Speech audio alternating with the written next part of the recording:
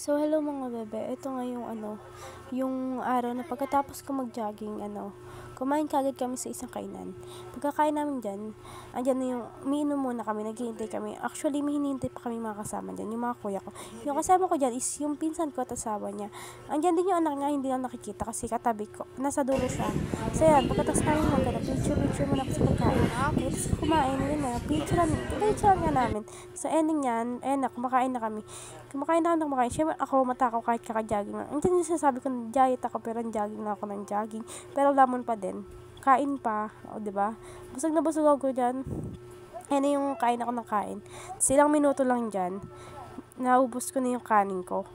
Pagkaubos ko ng kanin ko, so nagmamadali ata yung boses ko kanina. Naubos ko yung pagkagat. So yan, umiinom na ako ng soft drinks. Kasi hindi ko na talaga kaya yung pagkain dyan. Ayun na nga. Nakita niyo naman inom ako ng soft drinks. Sorry guys, hindi ako nakapag-update. Pause kasi ako. Thank you.